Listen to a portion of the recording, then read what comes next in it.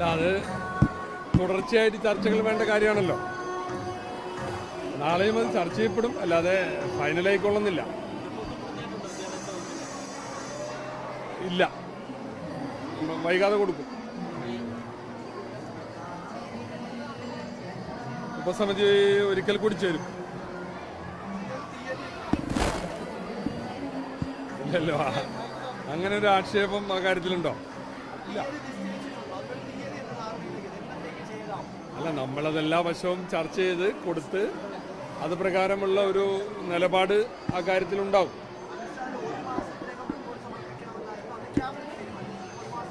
ചെറിയൊരു കുറച്ചുകൂടി ദിവസം വേണ്ടി വരും. 1.5 ആയിട്ടില്ല.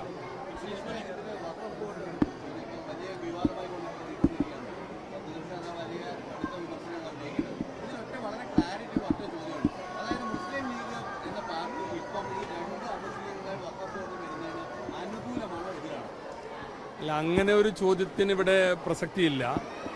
ഇത് വളരെ കൃത്യമായിട്ട് ഇത് മുസ്ലിമും അമുസ്ലിമും തമ്മിലുള്ള പ്രശ്നമല്ല. ഇത് കേന്ദ്ര ഗവൺമെൻറ് വഖഫ് നിയമം ഭേദഗതി ചെയ്ത് നമ്മുടെ നാട്ടിലെ വഖഫ് സ്വത്തുക്കളെ ശിഥിലമാക്കാനുള്ള ചില നടപടികൾ സ്വീകരിച്ചു.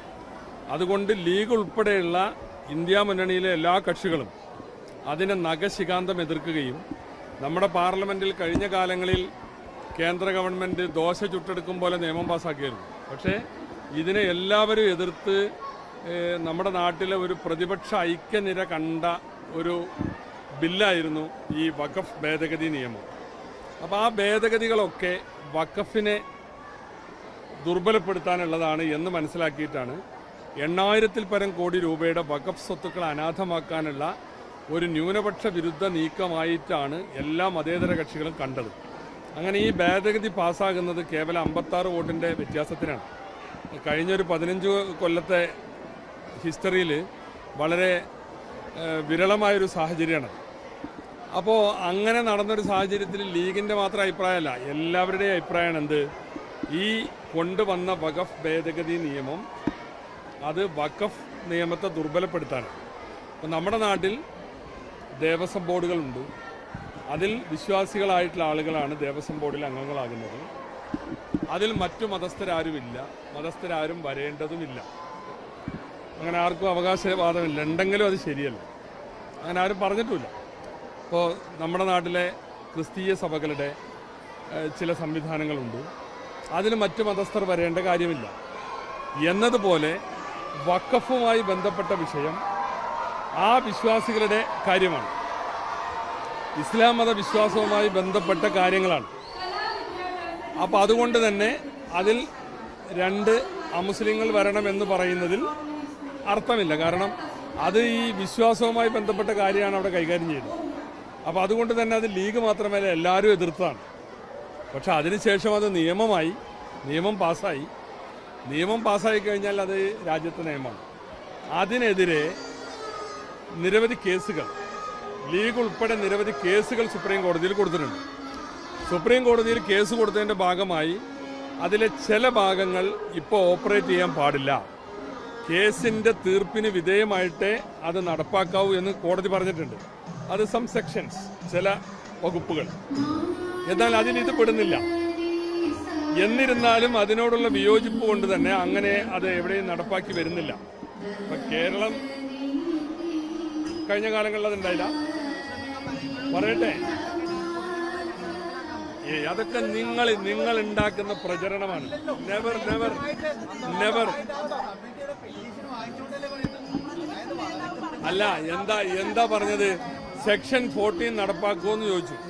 സെക്ഷൻ 14 എന്ന് പറഞ്ഞാൽ വെറും അമുസ്ലിങ്ങളുടെ നോമിനേഷൻ മാത്രമല്ല, ആ വഖഫ് ബോർഡിന്റെ കോമ്പിനേഷൻ ഏതൊക്കെ മേഖലകളിൽ നിന്ന് അത് എങ്ങനെ അതിന്റെ സ്ട്രക്ചർ എന്ന് വിശദീകരിക്കുന്നതാണ് സെക്ഷൻ 14. അതിലെ ഒരു എലമെന്റ് മാത്രമാണ് ഇത്. അപ്പോൾ അതല്ല ഉദ്ദേശിച്ചത്. എന്നാൽ സ്പെസിഫിക് ആയിട്ട് ചോദിച്ചു, നിങ്ങൾക്ക് 2 നോൺ മുസ്ലിംസിനെ വെച്ചൂടെ എന്ന് വെച്ചപ്പോൾ AG എന്താ പറഞ്ഞത്? അതിപ്പോൾ ഗവൺമെന്റ് തീരുമാനിച്ചിട്ടില്ല എന്നാ പറഞ്ഞത്. പിന്നെ എങ്ങനെയാ ഞങ്ങളത് സമ്മതിച്ചു എന്ന് പറയാം?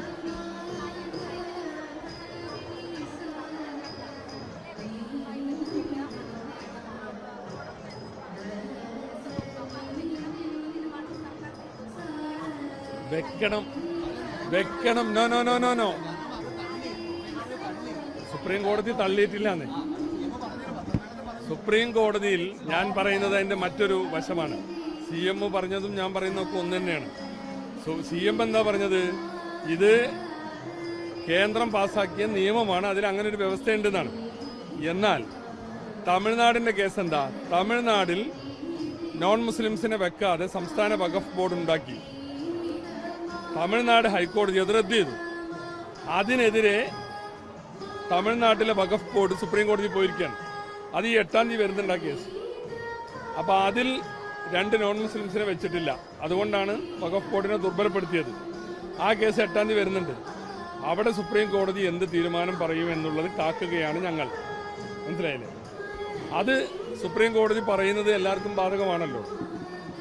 ഈ വഖഫ് ഭേദഗതി നിയമത്തെ സംബന്ധിച്ച സുപ്രീം കോടതിയിൽ തന്നെയുള്ള അന്തിമ വിധി വരുന്നത് വരെ അതെല്ലാവർക്കും ബാധകമാണ്.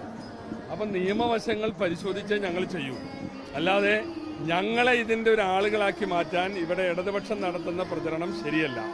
BJPയുമായി അല്ലെങ്കിൽ സംഘപരിവാർ രാഷ്ട്രീയവുമായി ഞങ്ങൾ ഒരിക്കലും സന്ധി ചെയ്തിട്ടില്ല, സന്ധി ചെയ്യുന്ന പ്രശ്നവുമില്ല. അത് ഞങ്ങളുടെ രാഷ്ട്രീയമാണ്, ഞങ്ങളുടെ നിലപാടാണ്.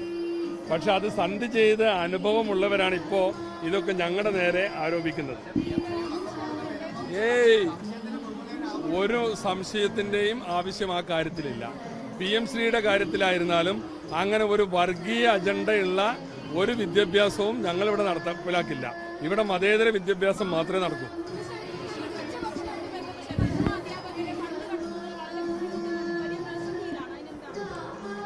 ഉച്ചഭക്ഷണത്തിന്റെ കാര്യത്തിൽ അങ്ങനെയുള്ള ചില പ്രശ്നങ്ങളുണ്ട്, അത് പരിഹരിക്കും. ഇപ്പൊ അങ്ങനെ അരിയേഴ്സ് ഒന്നുമില്ല. ഒരു ഘട്ടത്തിൽ 3-4 മാസത്തെ പണം കൊടുക്കാൻ ബാക്കിയുണ്ടായിരുന്നു. ഇപ്പൊ അത്രമാത്രമുള്ള അരിയേഴ്സ് ഒന്നും എവിടെയില്ല. അതാത് മാസത്തെ പണം കൊടുത്തു പോകുന്നുണ്ട്. കൂടുതൽ ഫണ്ട് അനുവദിക്കുമെന്ന് ചോദിച്ചാൽ ഇതൊരു കേന്ദ്രാവിഷ്കൃത പദ്ധതി കൂടിയാണ്.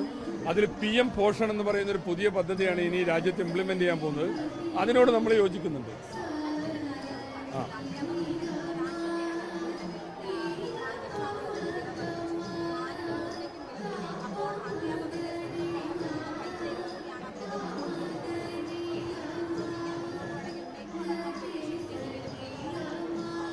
അല്ല, അങ്ങനെയുള്ളൊരു ആശങ്കാജനകമായ അവസ്ഥയില്ല. വില വർധനവ് ഉണ്ട്.